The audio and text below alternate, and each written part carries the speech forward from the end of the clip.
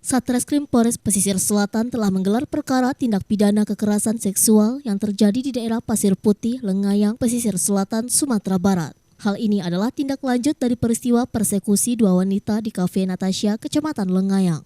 Gelar perkara yang ditangani oleh unit PPA Polres Pesel ini dilaksanakan di ruang gelar perkara Satreskrim Polres Pesisir Selatan. Dalam kegiatan gelar perkara tersebut, penyidik berkesimpulan menetapkan 3 orang tersangka dari hasil pemeriksaan saksi-saksi dan barang bukti yang disita penyidik.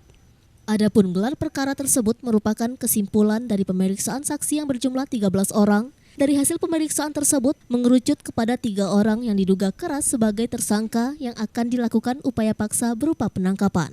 Terhadap ketiga orang tersangka dapat dikenakan sanksi pidana sebagaimana dimaksud dalam Undang-Undang Nomor 12 Tahun 2022 tentang TP Kekerasan Seksual, Undang-Undang Nomor 44 Tahun 2008 tentang pornografi dan Pasal 170 Ayat 1 KUH Pidana, Junto Pasal 55 Ayat 1 ke 1 KUH Pidana.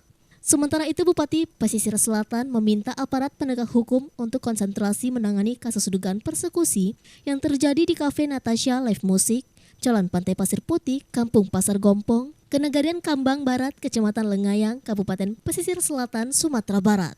Agar tetap berjalan aman, akan dilakukan pengawasan di lokasi kejadian dengan menugaskan Satpol PP Kabupaten Pesisir Selatan. Tersangka baru dari 11 orang ini, atau mungkin di antara 11 ini ada jadi tersangka? Kita udah punya alat bukti, Pak? Udah ada. Nanti kan ada keterangan-keterangan saksi ini, barang buktinya sudah ada tuh yang data sidang kemarin. Nah, sekarang tinggal keterangan-keterangan saksi yang ada di TKP dan tahu persis masalah kejadian. Sejauh ini bagaimana dengan pemeriksaan saksi, kooperatif atau seperti apa Pak? Ada yang hal disembunyikan? Alhamdulillah sih sebagian besar kooperatif, namun ada juga yang memang belum paham dengan teknis penyidikan, sehingga mereka masih enggan dan takut untuk datang ke kantor polisi dan juga kadang-kadang enggan memberikan keterangan yang mereka ketahui dengan secara fakta. Tapi semuanya sudah terungkap fakta-faktanya Pak? Insya Allah sudah terungkap. Nah, kita akan masuk ke step berikutnya, itu penetapan tersangka.